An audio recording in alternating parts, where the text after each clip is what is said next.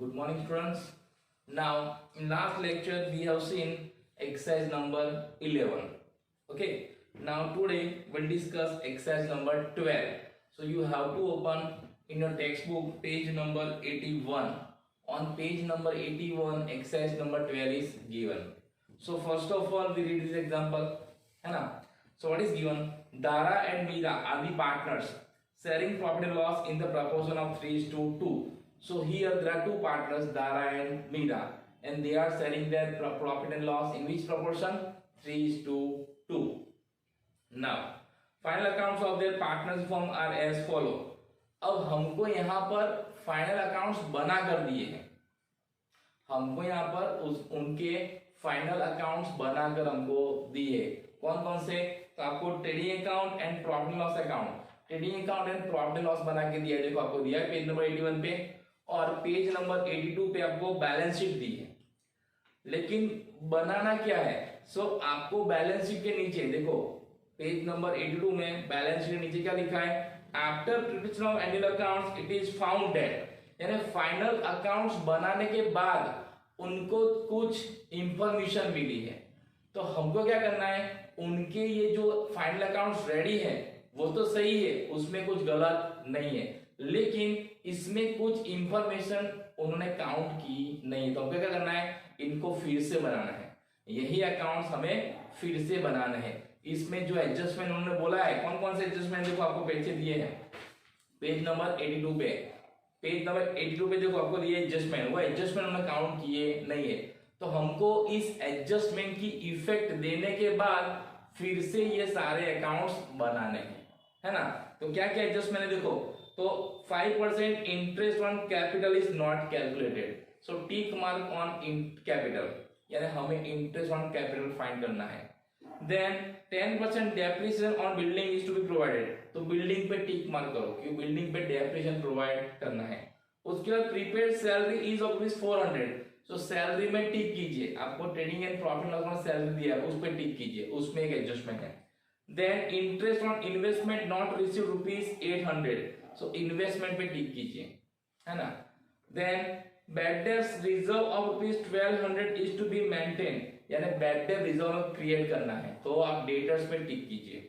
आपके जो बैलेंस में डेटर्स दिए ना, उस पे टिक कीजिए।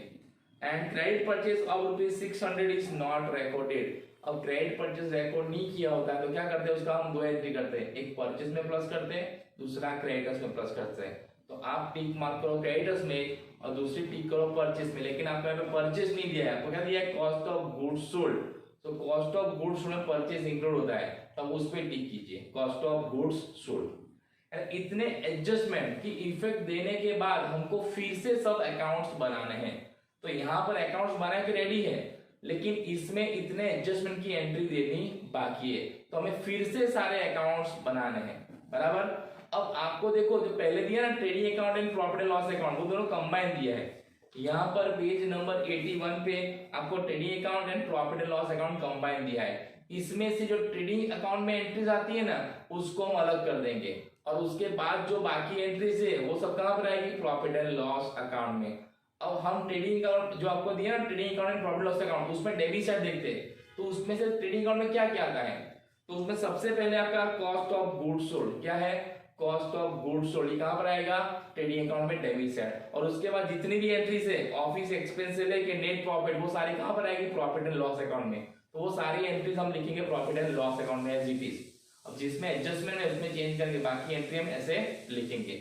और क्रेडिट साइड, तो क्रेडिट साइड क्या है? सेल्स, तो सेल्स कहां पे आएगा? ट्रेडिंग अकाउंट में क्रेडिट साइड। उसको छोड़ के दो एंट्री है, वो भी कहां पे आएगी? प्रॉफिट एंड लॉस अकाउंट में, बराबर। तो इस trading and profit loss account से हम पहले क्या बनाएंगे? रिवाइज ट्रेडिंग अकाउंट, बराबर। इसको रिवाइज क्यों बोलते हैं? हम फिर से बनाते हैं, है ना?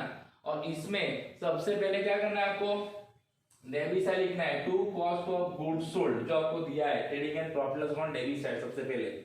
यहाँ पर आपको ट्रायल बैलेंस नहीं दिया है, बराबर। तो कितना वैल्यू उसका? 4,64,000, कितना है? 4,64,000, उसको लिखा इनर कॉलम में, अंदर लिखना है। आपको मेरे साथ एंट्री करनी है ना? तो आप पहले ट्रेडिंग अकाउंट ड्रॉ कर लो और ये एंट्री देना स्टार्ट कर दो मेरे साथ, okay.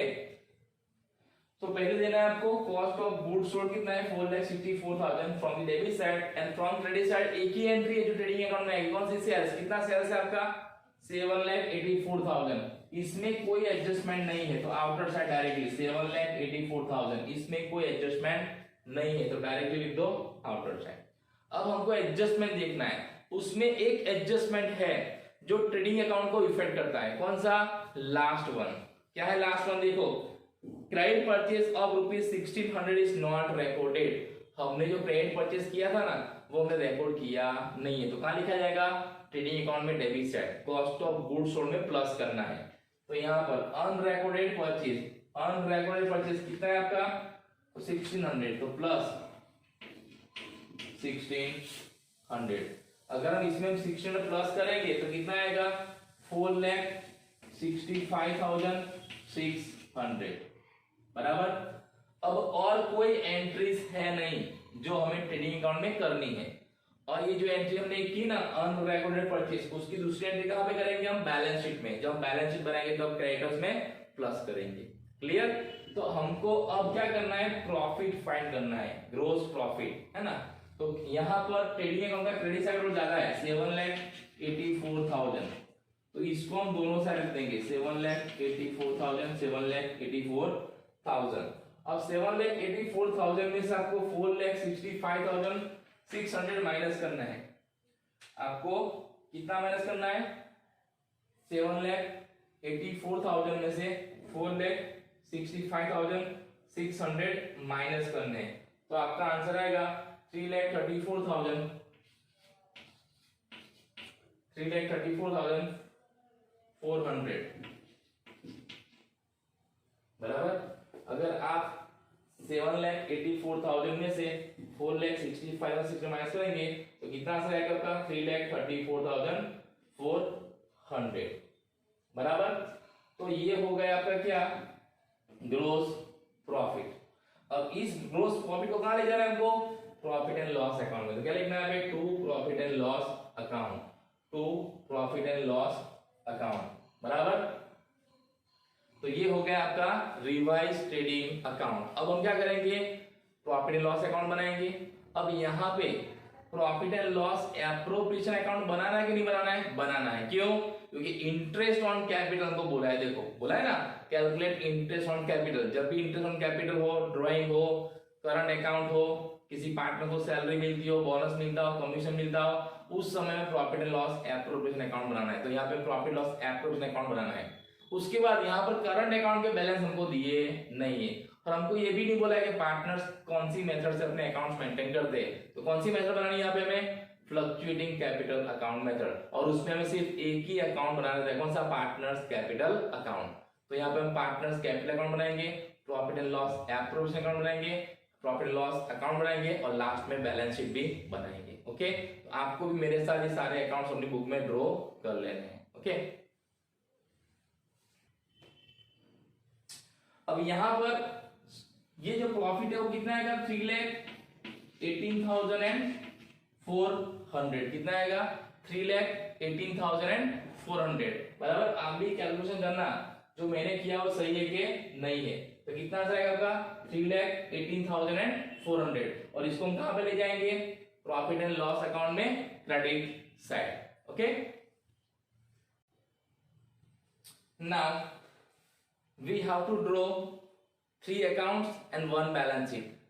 So you have to also draw these accounts in your notebooks. First profit and loss account, then profit and loss appropriation account, then partners capital account, and then balance sheet. तो आपको भी accounts draw कर देने हैं और मेरे साथ आपको एंट्रीज करनी है।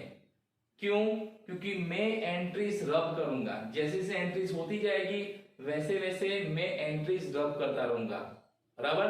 तो आपको मेरे साथ एंट्रीज करनी है, सो बी रेडी। अगर ड्रॉ नहीं किए तो आप अकाउंट्स पहले ड्रॉ कर दो। Okay, so first in profit and loss account credit side सबसे पहले एंट्री क्या आएगी, बाय ग्रॉस प्रॉफिट, यानी बाय ट्रेडिंग अकाउंट। और ब्रैकेट में क्या लिखेंगे हम, ग्रॉस प्रॉफिट। तो कितना ग्रॉस प्रॉफिट हमारा 3,18,400 3,18,400। नाउ आपको जो trading account and profit and loss account दिया है 81 पेज पे, उसमें से जो एंट्रीज ट्रेडिंग अकाउंट में आती थी वो तो हमने कर दी। अब जो रिमेनिंग एंट्रीज है वो आपको कहां पे करनी है? प्रॉफिट एंड लॉस अकाउंट में। Debit entry debit side, credit entry credit side. तो यहां पर सिर्फ दो एंट्री आपको क्रेडिट साइड दी है, जो कौन कौन सी? तो by sundry income and by bad debts recovered, by debts return. तो उसको एज इट इज हम लिख देंगे, है ना, और उसमें कोई एडजस्टमेंट नहीं है। तो सबसे पहले आप क्रेडिट साइड एंट्री लिखिए, बाय सन्ड्री इनकम। कितना है sundry income? 7,000, so it is 7,000, and by bad debts return, कितनी bad debts return आपकी? 1,000, so it is 1,000। इसमें कोई एडजस्टमेंट नहीं है, तो सबसे पहले ये दो एंट्री कर दो। तो credit side over. Now debit side. अब डेबिट साइड जहां जहां पर एडजस्टमेंट है उसको हमको इनर कॉलम में लिखना है, और बाकी सब कहां लिखना है? आउटर कॉलम में। तो office expense, showroom rent, packing expense, इन तीनों में कोई एडजस्टमेंट नहीं है, नहीं है ना, आपने टिक किया होगा। सो इसको एज इट इज लिख दो और डायरेक्टली उसकी अमाउंट आउटर साइड लिखनी है। तो आप भी मेरे साथ लिखिए। तो पहले क्या आएगा? To office expense. कितने office expense? So it is 80,000। उसके बाद में आपके टू शोरूम रेंट,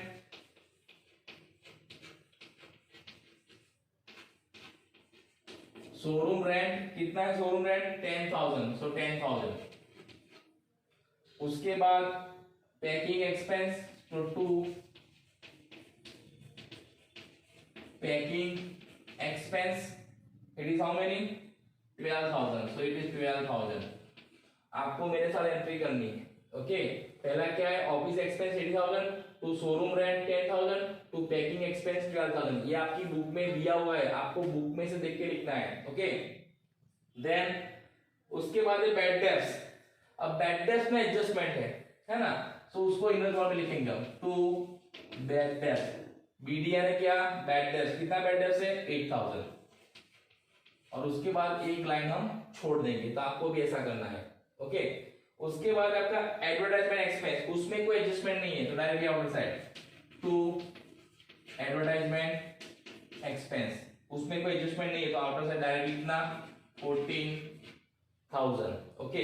उसके बाद है आपका सेलिंग एंड डिस्ट्रीब्यूशन एक्सपेंस, तो to selling and distribution expense, आपको पूरा लिखना है। To selling and distribution expense कितना है? 20,000, तो 20,000 बराबर। उसके बाद आपका financial expense and sundry expense, तो उसमें भी कोई एडजस्टमेंट नहीं है, तो उसको भी डायरेक्टली आउटर साइड लिखना है। मेरे पास स्पेस नहीं है, इसलिए मैं एंट्रीज रब करता हूं, ऊपर वाली आपको नहीं करनी है ना, तो मैं ये रब करता हूं 3 एंट्रीज।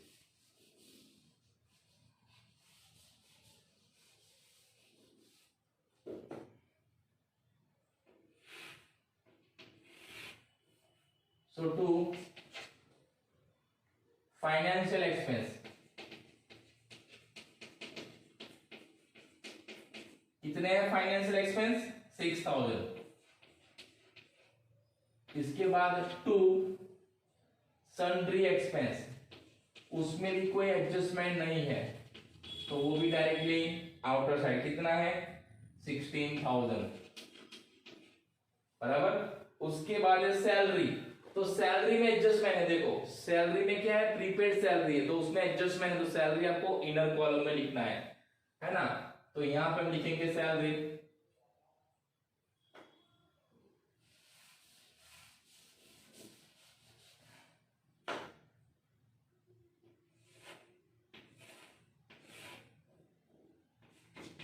टू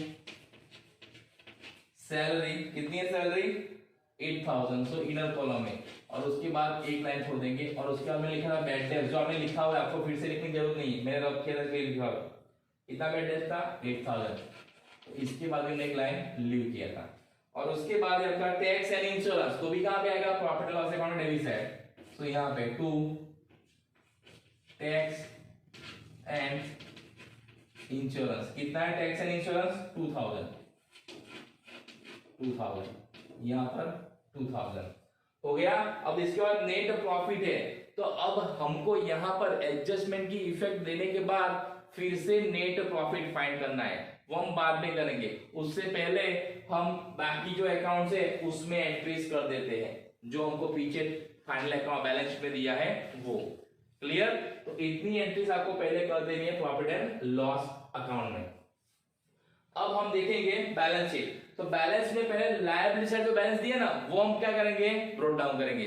तो यहाँ पर देखो दारा एंड मीरा का कैपिटल आपको दिया है, कितना कितना कैपिटल है, 1,60,000 दारा का है एंड मीरा का है 1,20,000। तो कैपिटल बैलेंस कहां ब्रोट डाउन करने, पहले partners capital account credit side.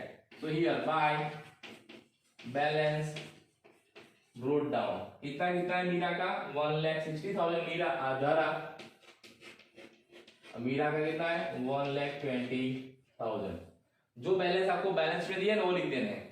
उसके बाद ड्राइंग भी आपको दिया है, देखो नेट प्रॉफिट अभी लिखना नहीं है, वो तो हम नया फाइंड करके लिखेंगे, है ना। अभी आपको लिखना है ड्राइंग। तो ड्राइंग कितना कितना है दोनों का, तो 48,000 एंड 24,000। तो ड्राइंग का लिखते हैं हम डेबिट साइड, तो 48,000 एंड 24,000। यहाँ पे क्या लिखेंगे टू ड्राइंग। अब आपको पता होना चाहिए पार्टनर्स कैपिटल की बैलेंस का लिखते हैं हम पार्टनर्स कैपिटल में क्रेडिट साइड, और ड्राइंग का लिखते हैं पार्टनर्स कैपिटल में डेबिट साइड। क्लियर? अब इसके बाद बैलेंस में क्या है और, so creditors and bills payable. तो क्रेडिटर्स एंड बिल्स पेबल का लिखेंगे हम यहाँ पे, लेकिन यहाँ पे स्पेस छोड़नी है किसके लिए, कैपिटल अकाउंट के बैलेंस के लिए। तो यहाँ पे क्या आएगा क्रेडिटर्स। अब क्रेडिटर्स में एडजस्टमेंट है ना, अनरिकॉर्डेड परचेस वाला, तो उसको इनर साइड लिखो। कितना है क्रेडिटर्स आपका 32,000। उसके बाद एक एंट्री लिख छोड़ना। उसके बाद बिल्स पेबल, तो उसमें कोई एडजस्टमेंट नहीं है, तो बिल्स पेबल आपको लिखना है डायरेक्टली आउटर साइड। कितना है बिल्स पेबल हमारा 8,000, तो उसको लिखना है डायरेक्टली आउटर साइड 8,000। हो गया। Now liability over, now asset side. तो असेट साइड जहां जहां पे एडजस्टमेंट है उसको हमें इनर साइड लिखना है, जहां जहां एडजस्टमेंट है इसको डायरेक्टली कहां लिखना है, आउटर साइड लिखना है। तो असेट्स में कहां पर एडजस्टमेंट है, सिर्फ 3 जगह एडजस्टमेंट है, एक बिल्डिंग में है, दूसरा इन्वेस्टमेंट में है और तीसरा डेटर्स में है। ये 3 जगह पे एडजस्टमेंट दो, ये 3 एंट्रीज इनर कॉलम लिखेंगे, बाकी सब outer side as it is. तो सबसे पहले क्या लिखेंगे हम, आपको जो दिया है ना आपको सब हेडिंग लिखना है नॉन करंट असेट्स, ये सब लिखना है आपको पहले नॉन करंट असेट्स। उसके बाद उसमें लिखा है आपको फिक्स असेट्स, आपको जैसे लिख के दिया है वैसा लिखना है आपको बैलेंस शीट में पहले। और उसके बाद क्या है बिल्डिंग, तो बिल्डिंग में क्या है एडजस्टमेंट है, तो इनर साइड कितनी बिल्डिंग है हमारी 2,40,000, तो इनर साइड 2,40,000। और उसके बाद एक लाइन आपको छोड़ देना है किसके लिए, एडजस्टमेंट के लिए। उसके बाद plant and machine and furniture, उसमें कोई एडजस्टमेंट नहीं है, तो डायरेक्टली आउटर साइड। सो यहाँ पर plant and machinery, P and M means what, plant and machinery. कितनी है प्लांट एंड मशीनरी 20,000, तो 20,000। उसके बाद फर्नीचर, कितना है फर्नीचर का, तो 20,000, तो भी डायरेक्टली आउटर साइड 20,000। उसके बाद है इन्वेस्टमेंट, तो इन्वेस्टमेंट में एडजस्टमेंट है लेकिन उसकी एंट्री हम अलग से करेंगे, यहाँ प्लस नहीं करेंगे, आपको याद रखना है सिर्फ। इन्वेस्टमेंट कितने हमारे हैं 24,000। जो आउटस्टैंडिंग इंटरेस्ट ऑन इन्वेस्टमेंट है ना, जो एडजस्टमेंट दिया आपको, देखो interest on investment not received ₹800, तो उसको हम अलग से दिखाएंगे, इसमें प्लस करेंगे नहीं क्योंकि हमारी फिक्स असेट्स है।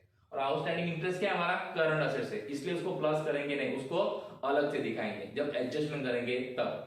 इसके बाद क्या है करंट असेट्स, तो करंट असेट्स का हेडिंग देना आपको फुल फॉर्म लिखना है, सीए लिखना नहीं है, करंट असेट्स। यहाँ पे FA means fix assets, NCA means non current assets. अब करंट असेट्स में कौन कौन सी असेट्स आपकी 3, cash balance, bank balance and bills receivable. इसमें कोई एडजस्टमेंट नहीं है, तो उसको एज इट इज लिख देना है आपको, cash balance, bank balance and तीसरा क्या है बिल्स रिसीवेबल। अब आपने ये एंट्री कर दी होगी, है ना, मैं अब कर रहा हूं।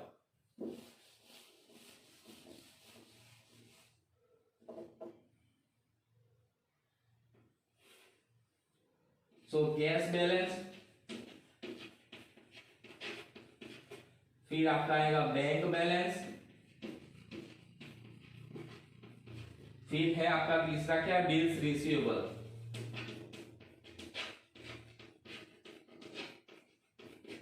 ये तीनों लिख देना है एज इट इज, इसमें कोई एडजस्टमेंट नहीं है। कितना कितना अमाउंट है, 25,000, सॉरी 10,000, 25,000 एंड 5,000।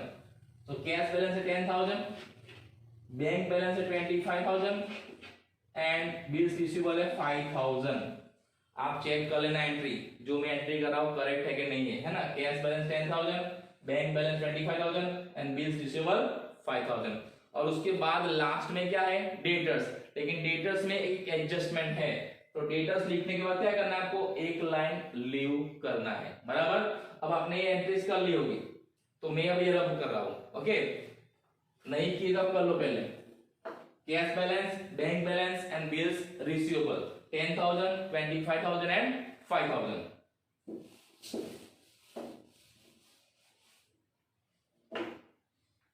और उसके बाद आपको लिखना है डेटर्स। तो कितने डेटर्स है आपके, 56,000। तो डेटर्स इनर कॉलम में लिखो 56,000 और उसमें एक एडजस्टमेंट, एक लाइन लीव करना है। तो ये हो गई एंट्रीज ऑफ असेट साइड, यानी जितनी भी एंट्रीज हमको दी थी trading account and profit loss account में और बैलेंस शीट में, वो सारी एंट्रीज हमने फिर से रिस्पेक्टिव अकाउंट में रिस्पेक्टिव साइड कर दी है। अब हमें वन बाय वन एडजस्टमेंट करना है। तो पहला एडजस्टमेंट क्या है, 5% interest on capital is not calculated. तो सबसे पहले 5% इंटरेस्ट काउंट करना है ओपनिंग बैलेंस ऑफ कैपिटल। इतना कितना उनका 1,60,000 एंड 1,20,000। तो 1,60,000 का 5% करो और 1,20,000 का 5% करो। तो 1,60,000 का 5% कितना आएगा, 8,000 और इसका कितना आएगा 5%, 6,000। तो इन दोनों की एंट्री कहां पे होगी, अब आपको पता होना चाहिए इंटरेस्ट ऑन कैपिटल की दो इफेक्ट कहां पे होती है। तो एक इफेक्ट कहां पे होती है, profit and loss appropriation account में, कहां पर, डेबिट साइड। लेकिन डेबिट साइड कुछ भी लिखने से पहले डेबिट साइड क्रेडिट साइड आपको एक लाइन लीव करना है। किसके लिए, इस profit loss account profit loss आएगा उसके लिए। हमको भी पता नहीं क्या आने वाला है, प्रॉफिट या लॉस। तो यहां पे पहले लिखेंगे टू इंटरेस्ट ऑन कैपिटल। पहले कौन है, दारा, और फिर मीरा। तो धारा का कितना आएगा, 1,60,000 का 5%, 8,000 और 1,20,000 का 5%, 6,000। इन दोनों का टोटल कितना होगा, तो 14,000। एक एंट्री हो गई। दूसरी एंट्री कहां पे आएगी, इंटरेस्ट ऑन कैपिटल अगर फर्म के लिए एक्सपेंस है तो पार्टनर्स के लिए क्या होगा, इनकम। तो कहां लिखेंगे, credit side. So here bye interest on capital, so here it is how many, 8,000 and 6,000। हो गई दो एंट्री। तो first adjustment is over. Now second, 10% depreciation is on building is to be provided. अब building पे 10% depreciation count करना है। तो building की अमाउंट कितनी है, 2,40,000। तो माइनस करो डेप्रिसिएशन 10%। अगर 2,40,000 का 10% करेंगे तो कितना आएगा, 24,000। अगर 240 में से 24 जाएगा तो कितना रहेगा, 2,16,000। तो आफ्टर साइड कितना आएगा, 2,16,000। अब इस डेप्रिसिएशन की दूसरी एंट्री कहां पर आएगी, तो प्रॉफिट एंड लॉस अकाउंट में debit side. Profit and loss account में डेबिट साइड। अब मेरे पास स्पेस नहीं है तो मैं रब कर रहा हूं दो एंट्रीज, है ना। ये तो एंट्री मैं रब कर रहा हूं, आपने कर दी होगी।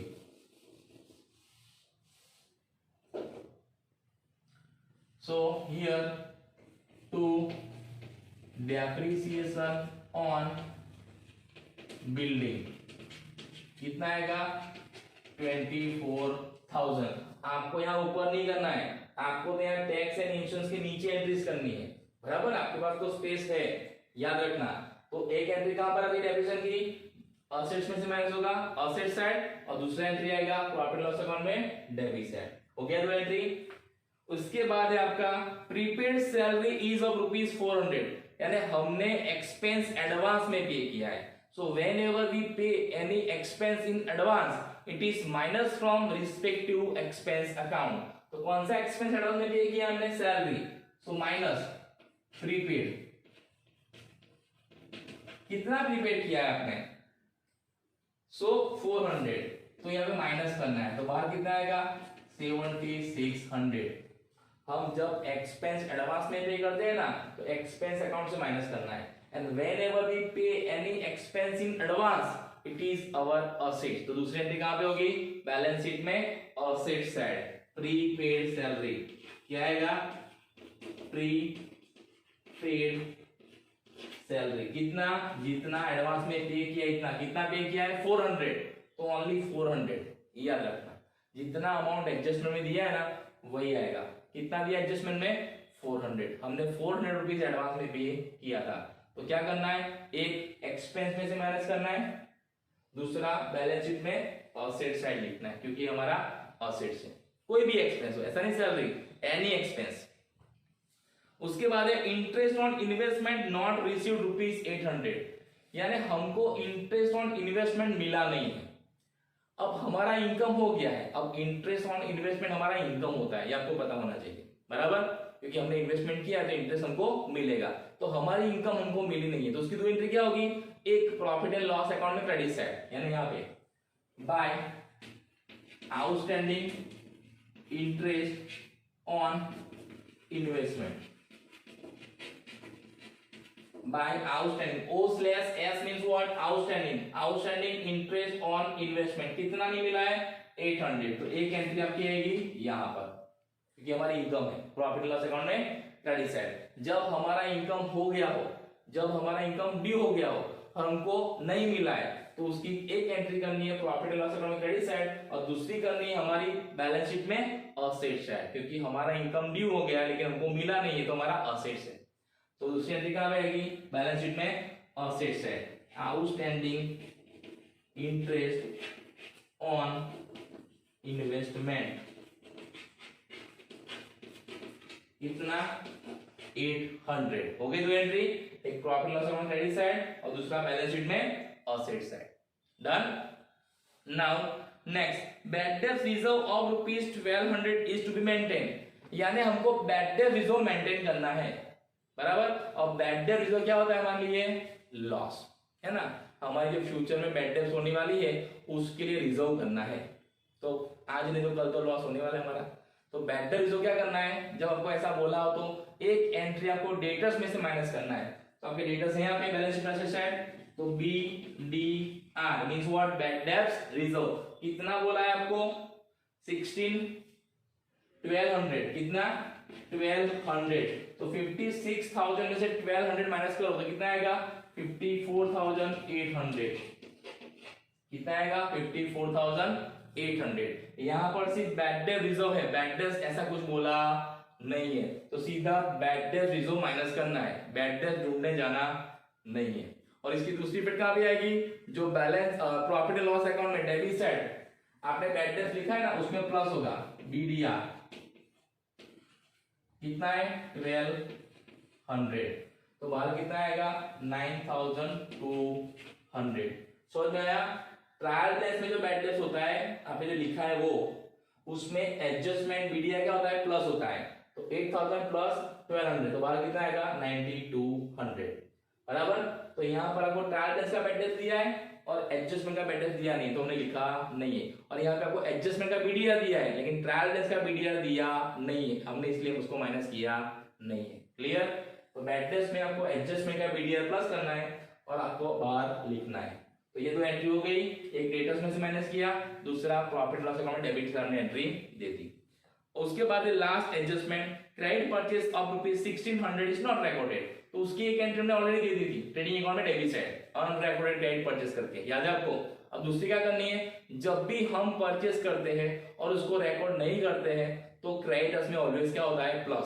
तो आपके क्रेडिटर्स प्लस हो जाएंगे. कितना? अनरिकॉर्डेड.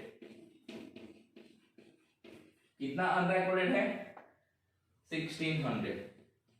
तो यहाँ पे 1600 प्लस करोगे आप 32,000 में, तो कितना आंसर आएगा बाहर? 33,600.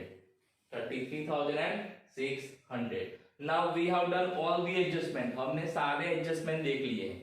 Now there is no hidden adjustment. यहाँ पर कोई hidden adjustment नहीं है. तो अब क्या करना है आपको? अब हमको क्या करना है? सबसे पहले प्रॉफिट एंड लॉस अकाउंट का प्रॉफिट और लॉस फाइंड करना है. बराबर. तो अगर हम प्रॉफिट एंड लॉस अकाउंट का प्रॉफिट एंड लॉस फाइंड करेंगे तो किस साइड का रोल ज्यादा आएगा? तो यहाँ पे क्रेडिट साइड का रोल ज्यादा आएगा. किस साइड का? क्रेडिट साइड का रोल ज्यादा आएगा. किससे? डेबिट साइड का. आप भी कीजिए. क्रेडिट साइड का रोल कितना आता है? ये 4 एंट्रीज उनका रोल कीजिए और मुझे बोलिए कितना आता है. ये सब एंट्रीज मैं रब करता हूं, आपने लिख ली होगी अपनी बुक में, है ना.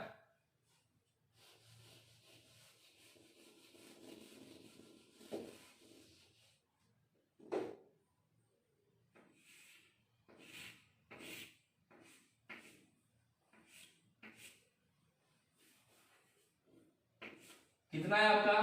तो 3,18,400 प्लस 7,000 प्लस 1,000 प्लस 800. तो आपका टोटल आएगा 3,27,200. 3,27,200 आपको टोटल करना है. इसको हम दोनों साइड देंगे. 3,27,200. 3,27,200. अब इसमें से डेबिट साइड जितनी भी एंट्रीज की है, मेरे पास तो 2 ही एंट्री अभी अवेलेबल है, लेकिन आपके पास होगी जो मैंने रब कर दी है ना. तो उसका टोटल करो. डेबिट साइड जितनी एंट्रीज की है ना आपने अब तक, उस सभी एंट्रीज को इसमें से माइनस करो. 3,27,200. और जो बैलेंस रहेगा वो क्या होगा? आपका नेट प्रॉफिट. क्या होगा? Net profit. इसको कहां ले जाएंगे हम? Profit and loss appropriation account में. और इसको हम क्या बोलते हैं? Net profit. तो कितना आता है आपका नेट प्रॉफिट? देखो फाइंड करो. 3,27,200 में से डेबिट साइड की सारी एंट्रीज माइनस करो. तो आपका आंसर आएगा 1,26,400. कितना आएगा? 1,26,400. 1,26,400. This is your net profit, and this net profit is transferred to profit and loss appropriation account. Which side? Credit side. So here by profit and loss account in bracket net profit कितना है? 1,26,400. अब यहां पर देखो profit and loss appropriation account में किस side का role ज्यादा है? Which side total is higher? So credit side, because here it is 1,26,400 and here only 14,000. यहां पर और कोई डेबिट एंट्री है नहीं. तो यहां पर भी अगर हम करेंगे टोटल तो कितना आएगा? क्रेडिट साइड का टोटल ज्यादा आएगा. कितना? तो 1,26,400 और हियर आल्सो 1,26,400. अब इसमें से 14,000 माइनस करो. अगर 1,26,400 से 14,000 माइनस करो, कितना आंसर आता है आपका? तो ये आंसर आपका आएगा 1,12,400. कितना आएगा? 1,12,400 आता है. 1,12,400 आपको करना है भाई, कॉपी नहीं करना है. Use your calculator. नाउ इस प्रॉफिट को क्या करते हैं हम? पार्टनर्स के अंदर डिस्ट्रीब्यूट करते हैं. तो पार्टनर्स कैपिटल में डिस्ट्रीब्यूट करते हैं. बराबर. कौन से रेशियो में डिस्ट्रीब्यूट करना है? तो आपको एग्जांपल के स्टार्टिंग में दिया हुआ है. देखो प्रॉफिट एंड लॉस रेशियो 3:2. तो आपको इस प्रॉफिट को 1,12,400 को 3:2 में डिवाइड करना है. तो क्या आएगा? तो 1,12,400 into 3/5, 1,12,400 into 2/5. तो आपको फाइंड करना है कितना आएगा? तो दारा एंड मीरा, उसको कितना पैसा मिलता है? तो दारा को मिलेगा 67,440. 67,440. और मीरा को कितना मिलेगा? 44,960. 44,960. ये आंसर कैसे आए? तो 1,12,400 तो हमने 3:2 में डिवाइड किया है. बराबर. आपको पता है कैसे डिवाइड करना है. तो ये जो है नेट क्या बोलते हैं इसको? Divisible profit. क्या बोलते हैं हम इसको? DP means what? Divisible profit. तो प्रॉफिट अगर आता है profit and loss appropriation account में, तो कहां ट्रांसफर करते हैं उसको? पार्टनर्स कैपिटल अकाउंट में क्रेडिट साइड, क्योंकि यहाँ पे पार्टनर्स करंट अकाउंट नहीं है। तो here by profit and loss appropriation account कितना कितना प्रॉफिट आया, तो 67,440 और मीरा का है 44,960। Now we have to find out capital account balance, and capital account credit side roll is always more than debit side. Capital account में always credit side का role ज्यादा आएगा आपका, है ना। तो हम यहाँ पे टोटल करेंगे क्रेडिट साइड का पहले। अगर हम क्रेडिट साइड रोल करते कितना आएगा, सो धारा का आएगा 2,35,450, 2,35,440 और मीरा का आएगा 1,70,960। आपको भी टोटल करना है, कितना आया 2,35,440 और मीरा का 1,70,960। इन दोनों को यहाँ पे रख देना है debit side. So here 2,35,440 and 1,70,960. Now from this total you have to minus this figure. From 2,35,440 48,000 minus करो और 1,70,960 माइनस 24,000 करो, तो आपको मिलेगा बैलेंस टू बैलेंस सीडी बराबर। तो कितना आंसर आएगा आपका यहाँ पे, तो यहाँ पर आएगा 1,87,440 और इसमें आएगा 1,46,960। आपको ये टोटल करना है। इस 2,35,440 में से 48,000 माइनस करो, इतना आंसर आता है देखो, और 1,70,960 में से 24,000 माइनस करो, तो आपका आंसर आएगा 1,46,960। अब ये क्या है, कैपिटल अकाउंट के बैलेंस। इसको कहां ले जाते हैं हम, बैलेंस शीट में। सो हियर बैलेंस शीट में सबसे पहले कैपिटल दारा एंड मीरा। तो दारा का कितना आया 1,87,440 एंड मीरा का 1,46,960। अब इन दोनों का टोटल आपको यहाँ पे बाहर लिखना है, तो कितना आएगा 3,34,400, 3,34,400 बराबर, इतना टोटल आएगा। अब क्या करना है आपको, बैलेंस शीट का टोटल करना है। तो बैलेंस शीट का दोनों साइड का टोटल आपका इक्वल आना चाहिए एट लास्ट, है ना। तो आपको दोनों साइड का टोटल करना है। अब मेरे पास सारी एंट्रीज नहीं है, मैंने कुछ एंट्रीज क्या कर दी है, रब कर दी है ना, असेट साइड आपके पास होगी, लेकिन तो आपको सबका टोटल करना है। अगर आप टोटल करोगे तो आंसर आपका क्या आएगा 3,76,000। कितना आएगा 3,76,000, 3,76,000 दोनों साइड आएगा 3,76,000। Okay, so in this way we have to prepare final accounts when final accounts are given. हमको अगर फाइनल अकाउंट्स बना के दिए हैं और उसके बाद कुछ अकाउंटिंग इफेक्ट देनी बाकी रहती है, तो हमें इस तरह से रिवाइज अकाउंट्स बनाने हैं उस एडजस्टमेंट की इफेक्ट देने के बाद। Clear? So today we have seen what? Exercise number 12. In next lecture we will see exercise number 13 and you have to write down all these entries. अब मेरी वेट मत करना लास्ट तक, क्योंकि अभी जो लोग मेरा बोर्ड के ऊपर जो सम देखोगे ना, तो उसमें से कुछ एंट्रीज आपको नहीं मिलेगी, है ना। आपको कुछ एंट्रीज मिलेगी नहीं, तो आपको मेरे साथ स्टार्टिंग से मेरे साथ नोट डाउन करना है अपने बुक्स में, तो ही आपके पास सभी एंट्रीज होगी, और ना लास्ट कुछ एंट्रीज बोर्ड पे मिलने वाली नहीं है। क्लियर? और जो भी नोट्स है, ये जो डिस्ट्रीब्यूशन मैंने किया है ना, ये आप लिटरली नोट लिखना, तो आपको समझ में आएगा, आपको समझ में आएगा कि ये आंसर कैसे आता है ना। जैसे कि यहाँ पे हम लिख सकते हैं ये दारा और ये मीरा, तो क्या किया मैंने 1,12,400 इंटू 3/5 और यहाँ पे 1,12,400 इंटू 2/5। फिर आपका ये आंसर आएगा 67,440 एंड 44,960। ये सब करना है तो ही आपको आइडिया आएगा, वरना आपको समझ में आने वाला नहीं है कि आंसर कैसे आ गया। बराबर। और आपको ये भी देखना है कि प्रॉफिट एंड लॉस रेशियो दिया है कि नहीं दिया है। वो कहां पर दिया होगा आपको, एग्जाम्पल के स्टार्टिंग में दिया होगा, वो आपको वहां से देख लेना है। अगर नहीं दिया होता तो इक्वली शेयर करते, वो लोग क्या करते, इक्वली शेयर करते। Okay, so thank you, have a nice day.